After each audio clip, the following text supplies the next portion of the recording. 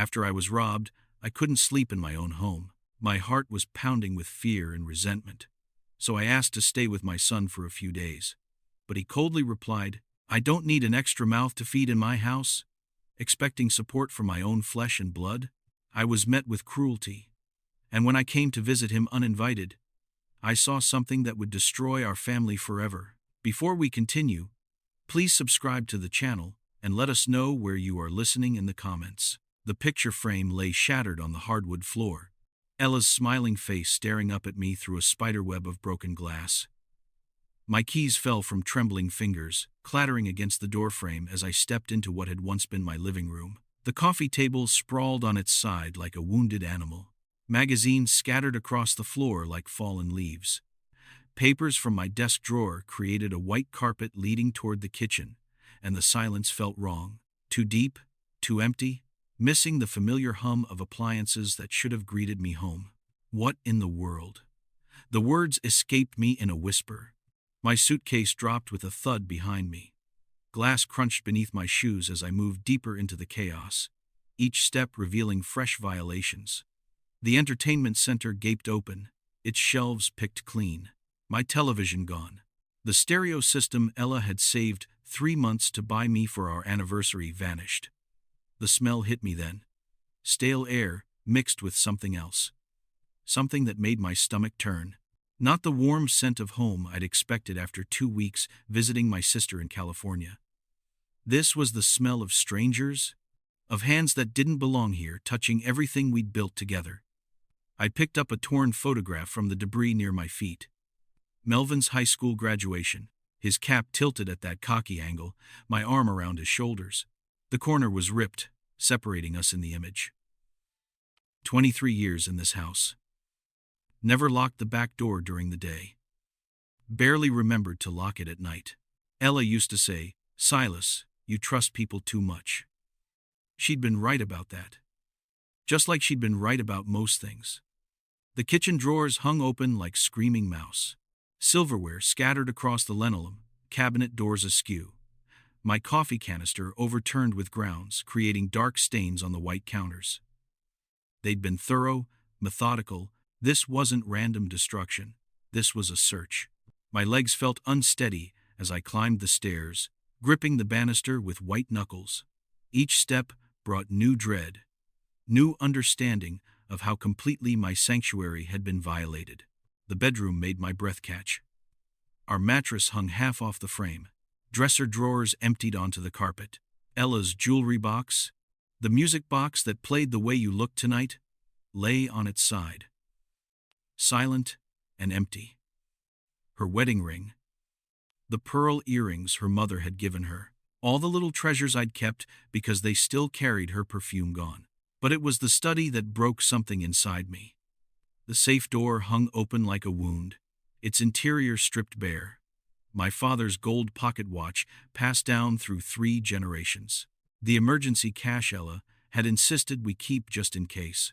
The savings bonds we'd bought instead of fancy vacations, thinking they'd help Melvin someday. Who would do this? I spoke aloud to the empty house. Who even knows where I keep? The terrible thought crept in like cold water rising. Someone who's been here before. Someone who knew about the safe behind my desk. Knew where we kept the spare house key. Knew I'd be away for exactly 2 weeks. I sank into my desk chair. The only piece of furniture still upright in the room. My hands shook as I reached for the phone, muscle memory guiding my fingers to the numbers. 911. What's your emergency? The dispatcher's calm voice anchored me. My house. Someone broke in. I just got home from California and everything's destroyed. Are you in immediate danger, sir? Are the perpetrators still on the premises? No. They're gone. But they took everything. They knew exactly where to look. We're dispatching officers to your location now. Can you give me your address? As sirens wailed in the distance, growing louder with each passing second, I remained surrounded by the wreckage of my peaceful life. The late afternoon sun streamed through the windows, illuminating the destruction with golden light that seemed to mock the violation of everything I'd held sacred. The sound of approaching help mixed with the echo of my own words. They knew exactly where to look. The sirens cut through the evening air as 2 patrol cars pulled into my driveway. I still held the phone in my hand, the dispatcher's voice a lifeline in the chaos surrounding me. Officer Johnson emerged first, a stocky man with graying temples who moved with the deliberate pace of someone who'd seen too many crime scenes. His younger partner, Officer Martinez, carried a camera and evidence kit, already scanning the visible damage through my front windows. "Mr. Mills, I'm Officer Johnson. This is Officer Martinez. Are you injured?" "No, just overwhelmed." My voice sounded strange, disconnected. Johnson's experienced eyes swept the living room, taking in details I hadn't even noticed. "Martinez, start with photos of the entry points and main areas. Sir, I need to ask you to step outside while we do a quick security sweep." From my front porch, I watched them move through my house with professional efficiency. Johnson checked closets and corners, while Martinez documented everything with systematic clicks of his camera. The flash-illuminated rooms I'd lived in for decades. Now, foreign landscapes of destruction. "All clear," Johnson called. "Mr. Mills, you can come back in. Let's start at the point of entry." He led me to the back door, where splintered wood around the lock told its story. Forced entry, but quietly. See how they worked the wood? Took time, used the right tools. This wasn't some kid looking for quick cash. Martinez knelt beside the doorframe, dusting for fingerprints with careful precision. The damage pattern suggests they knew what they were doing. Professional, or at least experienced. We moved room by room, Johnson asking questions while Martinez collected evidence. Each violation felt fresh as we cataloged it officially. "How long were you away, Mr. Mills? And who knew about your trip?" 2 weeks. I visited my sister in California, told my son. My neighbor Roy mentioned it to a few people at the grocery store. I paused, thinking, but the most valuable things, they went straight to them. How could they know where I kept my father's watch? The safe combination? Johnson made notes in a small pad. These thieves knew exactly where to look. That suggests familiarity with your home. Do you have any ongoing disputes? Anyone who might hold a grudge? I'm retired, officer. I keep to myself. Help my neighbors when I can. I can't imagine who would do this. Martinez looked up from photographing my emptied safe. No random destruction here. They were looking for specific items, jewelry, cash, electronics. But they left family photos scattered, not destroyed. Almost like they were angry, but still had some restraint. The kitchen table became our command post, the only space untouched by the chaos. Johnson spread out forms while Martinez entered information into his tablet. "We'll need a complete inventory of missing items," Johnson explained, his pen ready. "Start with the most valuable pieces." The list grew longer as we talked. The television, stereo system, my father's watch, Ella's jewelry, the emergency cash, even my good tools from the garage. Each item felt like another piece of my life, torn away. "Mr. Mills," Johnson's tone grew gentler. "I need to ask about family members. Any financial troubles? Anyone who might need money quickly?" The question hit me like a physical blow. My son Melvin works as a mechanic. He's had some rough patches, but I couldn't finish the sentence. Martinez looked up from his tablet. "Sometimes, the people closest to us surprise us. Not saying it's family, but we have to consider all possibilities." They completed their work as darkness settled over the neighborhood. Johnson handed me a case number written on official letterhead, explaining the investigation process, the follow-up procedures, the slim chances of recovery. "One more thing," Johnson said, as they prepared to leave. "You might want to consider staying somewhere else tonight. Sometimes perpetrators return, especially if they think they missed something." Martine nodded. "Change your locks tomorrow, definitely, and maybe install a security system." I stood in my doorway, watching their taillights disappear into the night. The house felt different now. Not just violated, but officially categorized, processed, reduced to case numbers and evidence tags. The silence returned deeper than before. Fingerprint powder coated my furniture like ash, and yellow evidence tape marked areas I couldn't disturb. My home had become a crime scene, and I was now officially a victim. But Johnson's words echoed in my mind. Familiarity with your home. Someone who knew my habits, my hiding places, my schedule. The terrible possibility I'd been avoiding suddenly seemed less terrible and more inevitable. The police cars disappeared around the corner, leaving me alone with the wreckage and the growing weight of exhaustion. 2 weeks of travel, hours of emotional trauma, and now this hollow silence that seemed to press against my eardrums. I attempted to restore some order, uprighting a lamp here, stacking scattered books there. But every small effort revealed 10 more violations. Broken picture frames cut my fingers. Overturned furniture proved too heavy for my aging back. The futility of it overwhelmed me. My body HHD from the flight, from hunching over evidence forms, from the tension that had seized my shoulders the moment I'd seen Ella's shattered photograph. The house felt unsafe now, contaminated by strange hands and suspicious motives. I needed help. For the first time in 5 years since Ella's funeral, I needed to lean on someone else. My phone lay buried under scattered papers from my desk. I found it beneath a pile of old tax documents. Its screen cracked, but still functional. The contact list felt foreign under my shaking finger. When had I become so isolated that calling my own son required courage? The phone rang 3 times before Melvin answered. "Dad," his voice sounded strange, tight with something I couldn't identify. "Why are you calling so late?" "Melvin's son, something terrible happened. My house was robbed while I was in California." Silence stretched between us.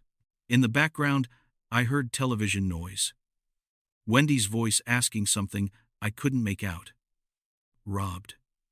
He finally said, "Are you okay?" "I'm fine physically, but the house is destroyed. They took everything. Your grandmother's jewelry, grandpa's watch, even the television. I can't stay here tonight. Could I possibly come over? Just for a few days until I can get things sorted." The pause felt endless. When he spoke again, his voice carried an edge I'd never heard before. "Dad, look, I can't help you right now. I've got my own problems." The words hit me like a slap. In 35 years, through every childhood crisis, every scraped knee and broken heart, every financial struggle of his early adulthood, I'd never heard him speak to me like this. "But I'm your father. I just need a couch for a few nights until I can," I said no. His tone grew harder, almost frantic. "I don't need another mouth to feed right now. Find a hotel or something. Melvin, please. This is your childhood home. Someone violated everything your mother and I built together. I need family right now." "Well, family isn't always there when you need them, is it?" The bitterness in his voice shocked me. "You'll figure something out. You always do." The line went dead. I stared at the phone, replaying the conversation in disbelief. His mother would have been ashamed. We'd raised him better than this. Taught him about loyalty, about taking care of family, about standing together when times got tough. But something in his voice haunted me. Not just cruelty, fear, guilt, maybe. Like a child caught in a lie who lashes out to avoid consequences. No. His own son said no. The house felt colder now. The violations deeper.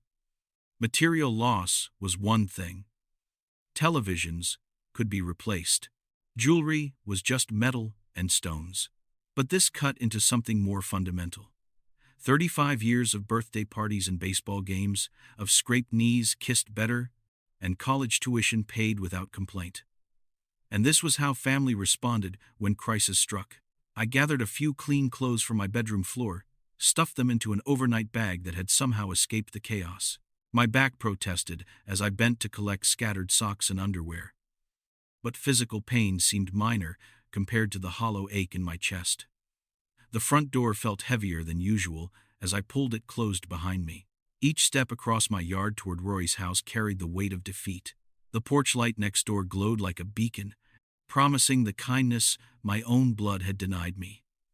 As I walked through the cool evening air, one thought kept circling back. Melvin's voice had sounded wrong. Not just cruel, but desperate. Like someone trying to convince himself as much as me. Like someone carrying a terrible secret. Roy's front door opened before my knuckles could touch the wood. His weathered face, lined with concern, appeared in the yellow porch light like a lighthouse keeper welcoming a storm-tossed sailor to shore. "Silas, come in, come in." He stepped aside, gesturing me into his modest living room. "I saw you walking over." Police already asked me everything about what happened. The warmth of his home enveloped me like a physical embrace. Unlike my violated sanctuary, Roy's place felt safe. Worn furniture arranged with military precision. Photographs of his service years lined up on shelves, everything in its proper place. "What a terrible thing to happen," he continued, taking my overnight bag. "In this neighborhood, 23 years we've been neighbors, and I never thought I'd see the day when something like this would touch our street." Relief flooded through me. Here was someone who understood, someone who cared without conditions or cruel rejections. "Of course you'll stay here," Roy said, already pulling blankets from a hall closet. "Should have thought to offer earlier. But I figured family would."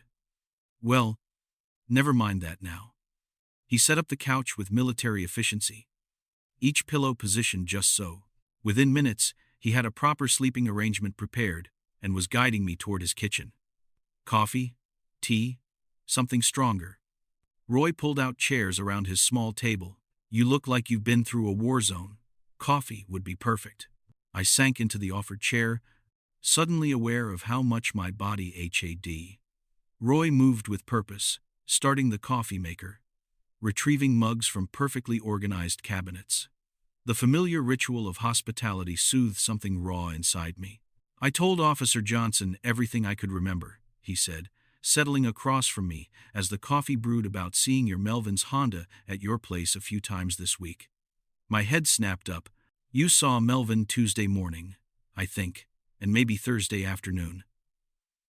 Roy nodded, pouring steaming coffee into our mugs. "Good boy. Checking on his dad while you were away." I waved, but he seemed in a hurry.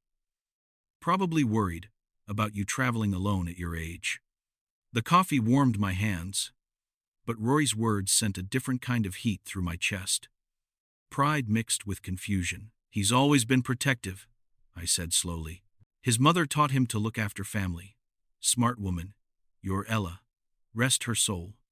Roy raised his mug in a small salute. "She'd be proud to see how he watches out for you." But even as I nodded agreement, something nagged at the edges of my thoughts. If Melvin had been checking on the house, why hadn't he mentioned it during our phone call? Why had he seemed so strange, so defensive? "I'm glad he was keeping an eye on the place," I said finally. "Makes this whole thing even more puzzling." Roy leaned forward, lowering his voice conspirationally. "Between you and me, I think this was professionals. The way they knew exactly what to take, how quiet they were about it. This wasn't some desperate kids looking for quick cash." "You think so?" 26 years in the service teaches you to read situations. Someone planned this carefully. Knew your routines. Knew when you'd be gone. He paused, sipping his coffee. "Question is, who could have known all that?" The question hung in the air between us like smoke. I found myself thinking about everyone who knew about my California trip. The grocery store clerk who'd wished me safe travels. The mailman I'd asked to hold my deliveries. My sister, of course, but she lived 2,000 miles away. And Melvin. "This feels so calculated," I admitted. Like whoever did this had been watching, learning my habits. Roy nodded grimly. "That's exactly what I told the police. Said it reminded me of intelligence gathering. Methodical, thorough, patient." We sat in comfortable silence. Two old men trying to make sense of a senseless violation. Outside, the neighborhood settled into its evening quiet, porch lights creating pools of security in the darkness. "I'll help you clean up tomorrow," Roy offered. "No sense facing that mess alone." I appreciate that more than you know. The words came out rougher than intended. What else are neighbors for? Roy's smile was genuine, uncomplicated. Besides, I want to get a closer look at how they got in. Might need to upgrade my own security after this. As I prepared for bed on Roy's comfortable couch, his words echoed in my mind. Someone planned this carefully. The thought should have been frightening, but instead, I found it strangely focusing. 30 years as an engineer had taught me that every problem had a solution. Every mystery had clues waiting to be discovered. Someone had violated my home, stolen my memories, and somehow I would find out who. The last thing I remembered before sleep claimed me was Roy's innocent observation. Good boy, checking on his dad. Morning brought clarity I hadn't expected. Roy's coffee, his genuine concern, and a decent night's sleep had restored some of my analytical thinking. After breakfast, I'd spent time organizing my thoughts, making lists of what needed to be done, who needed to be contacted. But one item remained at the top of my mental agenda: talking properly with Melvin. His townhouse sat in a development that had seen better days, modest homes built for young families starting out. I'd helped him with the down payment 3 years ago, proud that my son was building his own life, his own future. Now parking in his narrow driveway, I noticed details I'd previously overlooked. Paint peeling around the window frames. A small crack in the front step. The lawn needed attention. Times must be harder than he'd let on. I pressed the doorbell and waited. Sounds came from inside. Movement, maybe voices. But no one answered immediately. Finally, footsteps approached, and the door opened to reveal Melvin's face, pale and startled. Dad, what? What are you doing here? His reaction caught me off guard. This wasn't the greeting of a son concerned about his father's crisis. This was the response of someone who'd been caught unprepared, possibly unwelcome. Hello, son. Sorry to drop by unannounced, but we need to talk. I studied his face, noting the dark circles under his eyes, the way he kept glancing over his shoulder. After last night's call, I thought we should clear the air. Yeah. Okay. Come in, I guess. The living room felt cramped and cluttered. Magazines scattered across a coffee table. Dishes on every surface. Melvin moved with nervous energy, clearing space on the couch while avoiding my eyes. Where's Wendy? I asked, settling into the offered seat. Work. She's pulling double shifts this week. He perched on the edge of an armchair, leg bouncing with anxiety. Look, Dad, about last night, I was tired, stressed. Didn't mean to sound so harsh. I understand pressure, son. We all face difficult times. I kept my voice gentle, non-threatening, but families should stick together during crisis, don't you think? Melvin's laugh came out brittle, forced. Right, family? Of course. Something in his tone made me lean forward. Roy mentioned he saw your car at my place a few times this week. The effect was immediate. Melvin's bouncing legs stilled completely, his face going rigid. Did he? I don't remember driving by there. You were checking on the house while I was away, weren't you? Looking after things like your mother taught you. Maybe once or twice. His voice came out tight, defensive. Why does it matter? The contradiction struck me like a physical blow. First, he didn't remember. Now, maybe once or twice. My engineering mind, trained to spot inconsistencies in complex systems, began cataloging the discrepancies. You seem nervous, Melvin. This whole thing has you more shaken than I expected. He shot to his feet, pacing to the window. Of course, I'm shaken. My father's house was robbed. Someone violated your privacy, stole your things. How am I supposed to feel? But his body language told a different story. The rigid shoulders, the avoidance of eye contact, the way he wrung his hands. This wasn't grief or concern.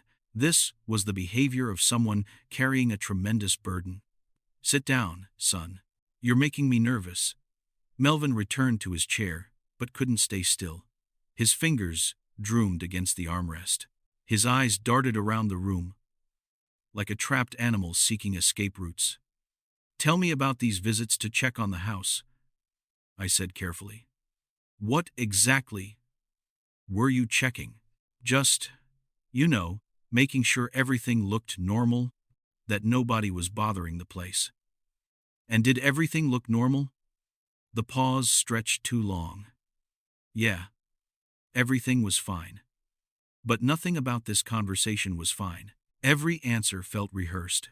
Every gesture calculated to deflect, rather than inform. This wasn't the son I'd raised. The boy who used to confess his smallest infractions with tears in his eyes. "Melvin, what's wrong? And don't tell me it's just the burglary. Something else is eating at you." He stood again, this time heading toward the kitchen. "I need some water. You want anything?" As he disappeared around the corner, I found myself analyzing our exchange like a failed engineering project. Every question had produced evasion. Every attempt at connection had been rebuffed. My son was lying to me. But about what? The sound of running water gave me a moment to study his living room more carefully. Bills stacked on the end table, some with red overdue stamps. A gaming magazine opened to an article about poker strategies. Empty beer bottles lined up behind the couch. When Melvin returned, glass trembling slightly in his hand, I made one more attempt at direct communication. "Son, if you're in some kind of trouble, you can tell me. Whatever it is, we'll figure it out together." His laugh came out harsh, almost bitter. "Trouble? What kind of trouble could I be in, Dad?" The question felt like a challenge, but I couldn't understand the rules of whatever game we were playing. "I don't know, that's why I'm asking." Melvin sat back down, but his entire body remained coiled like a spring under tension. Every few seconds, his eyes would flick toward the mantelpiece, then quickly away, as if checking on something he didn't want me to notice. Melvin excused himself to the kitchen again, muttering something about needing to check on dinner preparations. The house felt too quiet with his nervous energy removed, like the moment between lightning and thunder when the air itself holds its breath. I sat back in the uncomfortable chair, letting my eyes wander around the cluttered living room.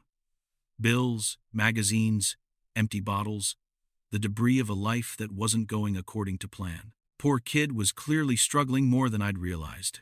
My gaze drifted to the mantelpiece, where a few framed photographs sat beside some decorative items. Melvin, as a child grinning gap-toothed at a baseball game, his wedding day arm around Wendy in her simple white dress, a few knickknacks that looked like flea market finds, and a watch. At first glance, it seemed unremarkable. Just another piece of decoration among the accumulated possessions of a young couple trying to make their house feel like home. But something about its profile, the curve of its case, made me look twice. The brass face caught the afternoon light streaming through Melvin's windows. The leather band worn soft with age and handling, the distinctive shape of the winding crown that had been slightly bent since 1987, when 10-year-old me had dropped it while trying to wind it in secret. My heart stopped. I rose from the chair slowly, my legs feeling disconnected from my body. Each step toward the mantelpiece required conscious effort, as if I were walking through deep water. Please be wrong. Please let this be some terrible mistake. But as I drew closer, more details emerged with sickening clarity. The small scratch on the crystal face where I'd carelessly bumped it against a doorframe in my childhood. The patina on the brass case that came from decades of handling by loving hands. The inscription on the back that I couldn't see but knew by heart. To William Mills, faithful service, 1,943, 1,978. My father's watch. My grandfather's legacy. The timepiece that had been passed down through 3 generations of millsmen meant someday to rest in Melvin's hands through proper ceremony, not theft. The room seemed to tilt around me. Blood rushed in my ears like ocean waves, and I gripped the edge of the mantelpiece to keep from falling. 35 years of fatherhood collapsed into a single devastating moment of absolute clarity. My own son, the boy I'd taught to ride a bicycle, to throw a curveball, to treat people with dignity and respect. The young man I'd sent to college, helped buy a house, welcomed into my heart every single day of his life. He had robbed me. The scratch from when I dropped it at age 10, I whispered to the empty room. There's no doubt. Footsteps approached from the kitchen. Melvin's voice called out, "Dad, everything okay out there?" I forced myself to move away from the mantelpiece to return to my chair with what I hoped looked like casual movement, but my hand shook as I gripped the armrests, and my breathing came in short, sharp bursts. "That's a handsome watch on your mantel," I said, when he reappeared, my voice sounding strange and distant even to my own ears. Melvin glanced over casually. Too casually. "Oh, that old thing. Picked it up at a pawn shop downtown." The lie hit me like a physical blow. Not just the theft, but the ease with which deception rolled off his tongue. "Looks like an antique." "Good quality." "Yeah. Got it cheap." Guy probably didn't know its value. Each word twisted the knife deeper. My own flesh and blood, looking me in the eye and lying about stealing his great-grandfather's watch. The watch that should have been his inheritance, his connection to family history and honor. Well, I managed, standing on unsteady legs. I should probably head back. Roy's helping me clean up this afternoon. Melvin seemed almost relieved at my departure. "Sure, Dad. And again, sorry about last night. I'll call you later. See how you're doing." Another lie. We both knew he wouldn't call. The walk to my car felt like a journey through quicksand. Each step required tremendous effort, and the world around me seemed muffled, distant. I fumbled with the keys, dropped them twice before managing to start the engine. As I pulled out of his driveway, I caught a glimpse of Melvin in his front window. Not waving goodbye, not showing concern for his robbed father, just watching. Making sure I actually left. My own son, my own flesh and blood. How could he look me in the eye? The drive back to Roy's house passed in a blur of automatic reflexes. Turn signals, stop signs, traffic lights that I navigated without conscious thought. My mind churned with terrible mathematics, the timing of my trip, the knowledge of my hiding places, the surgical precision of what had been taken. Everything I'd taught him about honor, about family, about standing up for what was right. All meaningless. By the time I parked in Roy's driveway, one thing had crystallized in my mind with absolute clarity.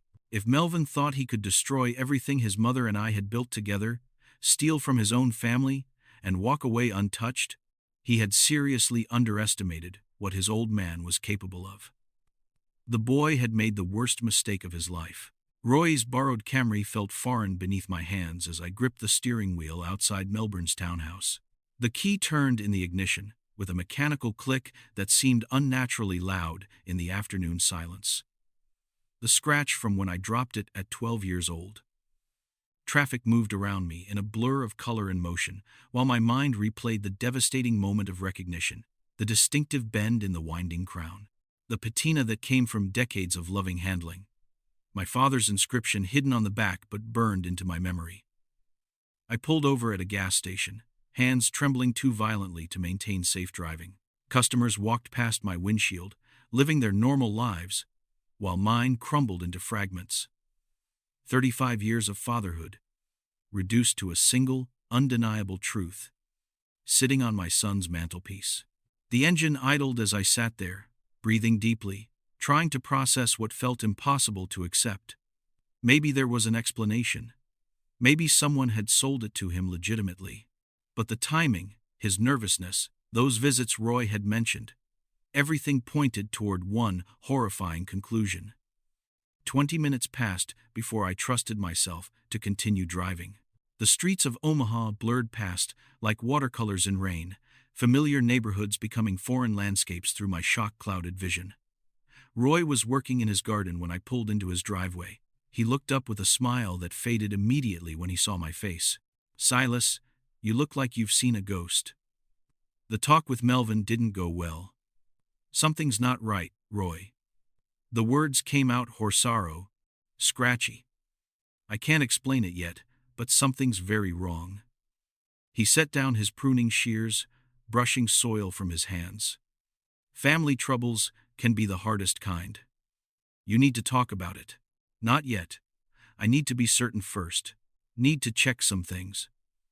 Roy studied my face with the sharp eyes of someone who'd learned to read people under pressure. Well, you know where to find me when you're ready. Coffee is always on.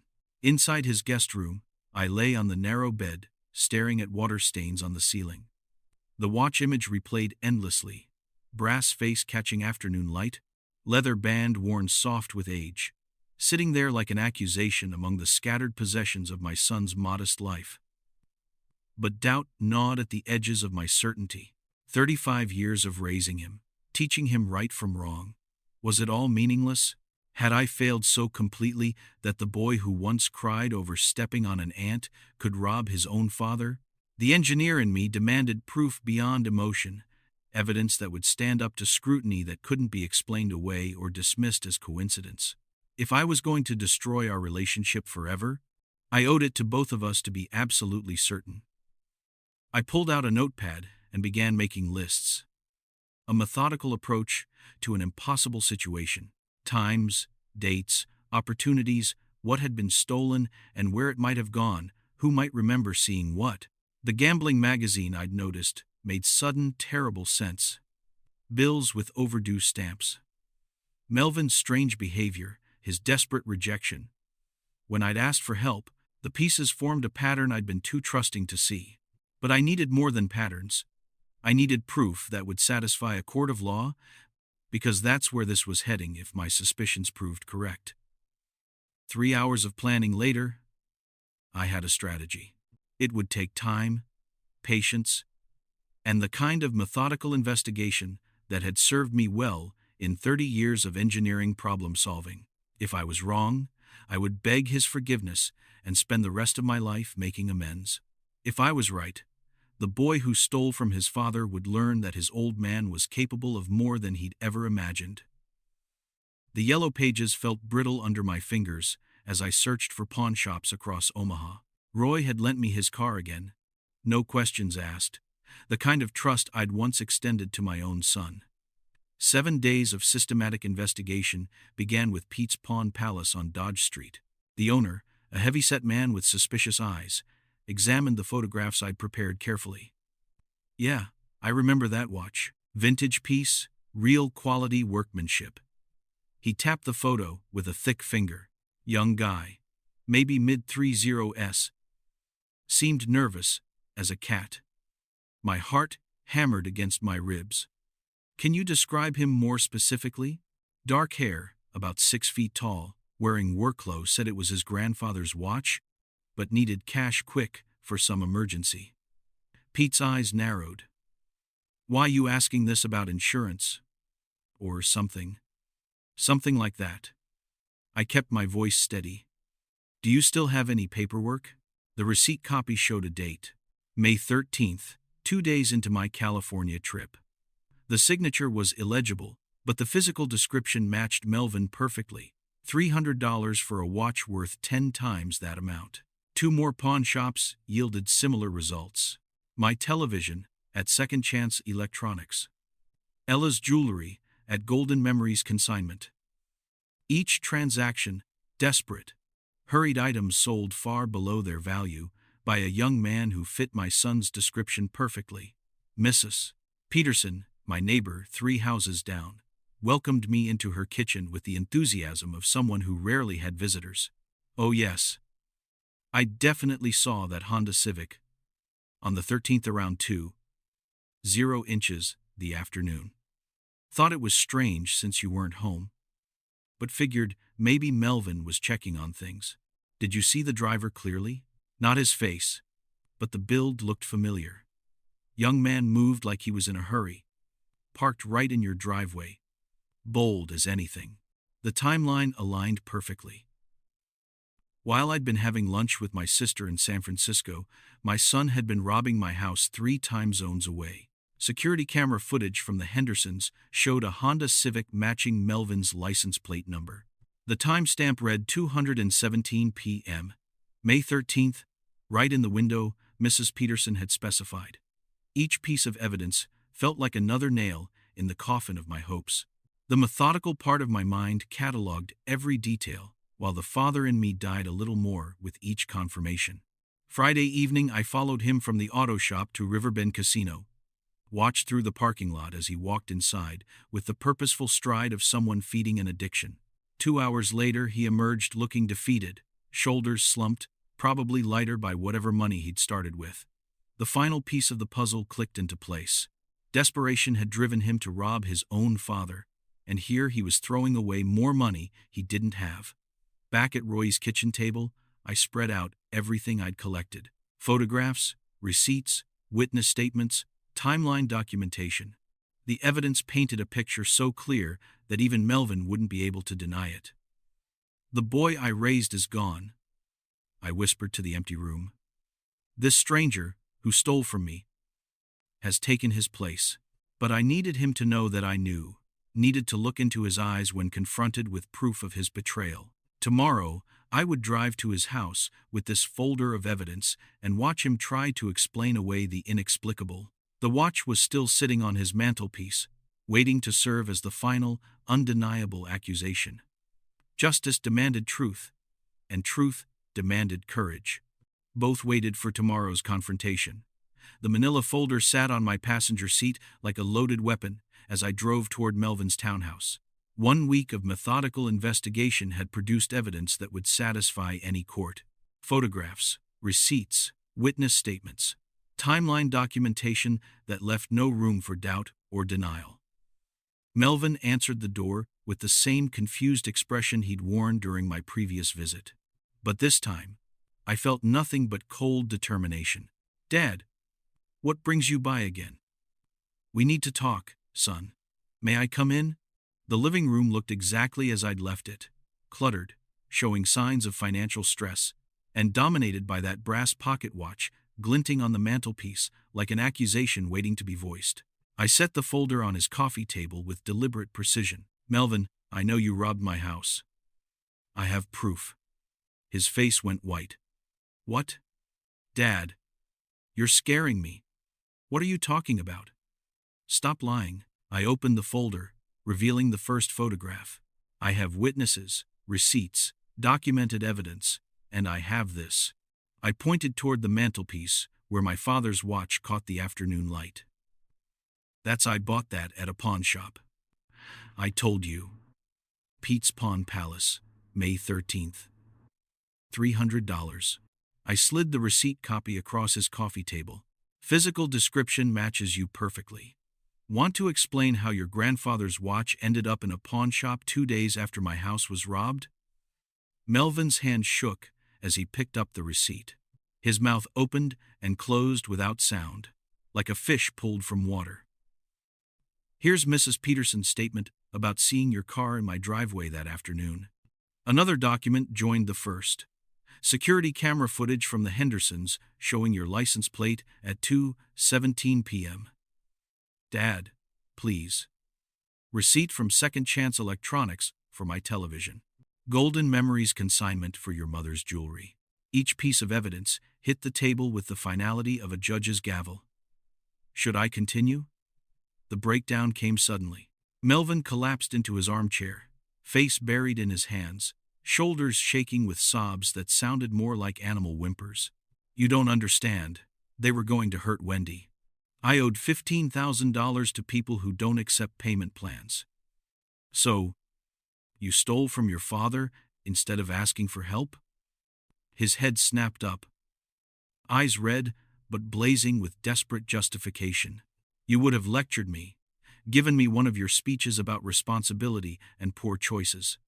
You're right, I would have, but I also would have helped you. I was going to pay it back once I got ahead at the tables. I was going to buy everything back, and you'd never know." The gambling delusion laid bare. Always one win away from solving everything. Never accepting that the system was designed to take everything he had. Instead, you violated my home, stole your mother's wedding ring, pawned your great-grandfather's watch for a fraction of its value. My voice stayed level, engineer steady. "You looked me in the eye and lied about it." Melvin shot to his feet, desperation making him dangerous. You can't call the police on your own son. Watch me. I reached for my phone. You made this choice when you broke into my home. Mom would never forgive you for this. His voice cracked with hysteria. The words hit like a physical blow, but I stood firm. Your mother would be ashamed of what you've become. He lunged toward me then, trying to grab the phone, but 5 years of disappointment had crystallized into something harder than his desperation. I stepped back, finger already dialing. 911. What's your emergency? The voice from the phone cut through Melvin's pleas like a knife through silence. And in that moment, I crossed a line that could never be uncrossed. 911. What's your emergency? The dispatcher's calm voice cut through Melvin's desperate pleas like a knife through silk. My finger remained steady on the phone, despite the trembling in my hands. I need to report a residential burglary. I have the perpetrator here with me, and I have evidence. Sir, is the perpetrator still on scene? Are you in immediate danger? Melvin lunged toward me, trying to grab the phone, but desperation made him clumsy. I stepped back, maintaining distance while keeping my voice level. The perpetrator is my son. He's not dangerous, but he's trying to prevent me from reporting the crime. 15 minutes felt like hours. Melvin alternated between frantic pacing and collapsed sobbing, occasionally making desperate attempts at negotiation. Dad, please think about Wendy. Think about your granddaughter we're planning. But the time for family considerations had passed. The brass watch on his mantelpiece caught the late afternoon light, a silent witness to betrayal that cut deeper than any wound. 2 patrol cars arrived with familiar efficiency. Officers Johnson and Martinez stepped out, their faces showing recognition as they approached the house. Mr. Mills, we responded to your burglary report 3 weeks ago. That's right. Officer Johnson, I've discovered who committed the crime. Martinez glanced between me and Melvin. Professional assessment evident in his expression. This is the son you mentioned during the original investigation. Yes, I have comprehensive evidence of his guilt. Melvin's voice cracked as he appealed directly to the officers. This is a family dispute. You can't arrest someone based on their father's accusations. Johnson's expression remained neutral. Sir, we'll need to examine any evidence and make our own determination. The manila folder felt heavier than it should as I spread its contents across Melvin's coffee table. Each document, each photograph, each receipt told its part of the story with methodical precision. Pawnshop receipts showing my father's watch sold on May 13th. I began pointing to the evidence systematically. Physical description matching my son exactly. Martinez photographed each item with his department camera. These look legitimate. We can verify with the establishments. Security camera footage from neighbors showing his vehicle at my residence during the burglary timeframe. Another document joined the display. Witness statements placing him at the scene. Melvin's face had gone ashen. The reality of professional police scrutiny was clearly different from his father's emotional accusations. And here, I said, pointing toward the mantelpiece, is my great-grandfather's pocket watch sitting in plain view. Johnson examined the watch without touching it. This matches the description in your original police report. Exactly, down to the distinctive scratch from when I dropped it as a child. The sound of a car door slamming outside interrupted our proceedings. Wendy burst through the front door, still wearing her work uniform, eyes wide with panic at the sight of patrol cars. What's happening, Melvin? Why are the police here? Her husband couldn't meet her eyes. Wendy, there's been a misunderstanding. No misunderstanding, I said quietly. Your husband robbed my house. I have proof. The scream that tore from her throat was pure anguish. She collapsed to her knees beside Melvin's chair, grabbing his hands. Tell them it's not true. Tell them you didn't do this.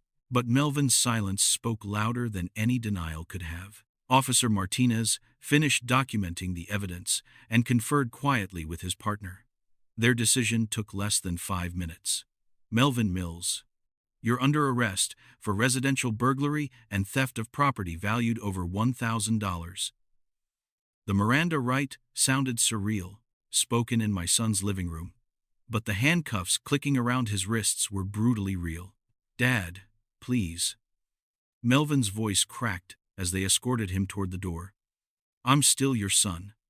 That's exactly why this is necessary, I replied. Wendy's sobs echoed through the empty house as the patrol cars pulled away. I stood alone in the living room, staring at the empty space on the mantelpiece where my father's watch had been. The evidence was gone, confiscated for the legal process that would now unfold with inevitable precision.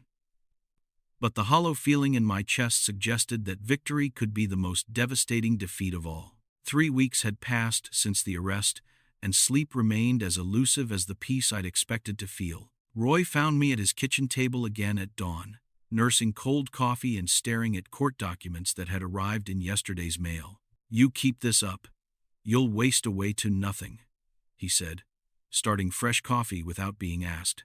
The preliminary hearing notice felt heavy in my hands.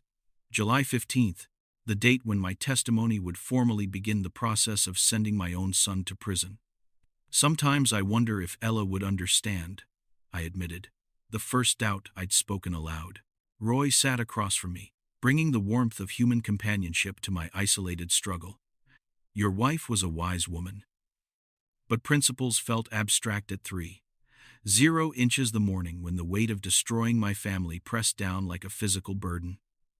The house felt too quiet without normal life continuing around me. The district attorney's office occupied the 8th floor of a downtown building that smelled of old carpet and institutional coffee. Miss Rebecca Chen, the prosecutor assigned to our case, greeted me with professional sympathy. Mr. Mills, in 30 years of practice, I've never seen a father prosecute his own son with this level of documentation. Does that make it wrong? No, sir. It makes it extraordinary. The evidence is comprehensive. He'll likely accept a plea agreement to avoid trial. She spread photocopies of my investigation across her desk. Pawn shop receipts, neighbor testimonies, security camera stills. Each piece of paper represented hours of methodical work, but also another nail in the coffin of my family relationship. Residential burglary with theft over $1,000 typically carries 2 to 4 years. With his clean record and family circumstances, he'll probably get probation with mandatory counseling. The Douglas County Corrections Center felt like stepping into another world.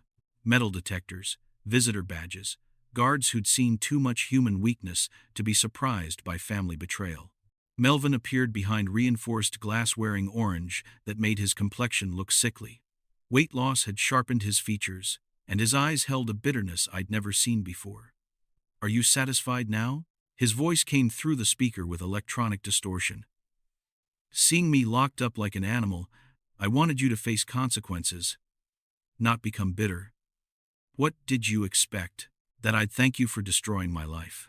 The conversation lasted 20 minutes and accomplished nothing except to deepen my growing doubt. Prison was supposed to teach lessons, but the man across from me seemed to be learning all the wrong ones. Back in Roy's kitchen, I pushed food around my plate while he watched with growing concern. You're questioning yourself. I can see it eating at you. What if I've destroyed any chance of redemption for him? Roy's military background had taught him about tough decisions under pressure. Silas, sometimes love means letting people face the consequences of their choices. But what if those consequences break him instead of fixing him? Then, that's his choice, too. You can't save someone who doesn't want to be saved. The mail brought more legal documents, more court dates, more reminders that the wheels of justice ground forward regardless of a father's doubts. July turned into August, with a series of sleepless nights and conversations with lawyers who spoke about my son like he was a case number rather than the boy I'd taught to ride a bicycle. Public opinion in the neighborhood remained mixed. Some admired my principles, others questioned my family loyalty. Mrs. Peterson stopped speaking to me entirely after learning the full story. People think they understand until it's their own child. Roy observed, during one of our evening walks, maybe they're right. Maybe blood should be thicker than justice. Or maybe justice is how we show love to people who can't see they need saving. The preliminary hearing came and went. Melvin accepted the plea agreement. 2 years probation. Mandatory gambling. Addiction counseling. Community service and full restitution for the stolen items. No prison time, no permanent criminal record if he completed the term successfully.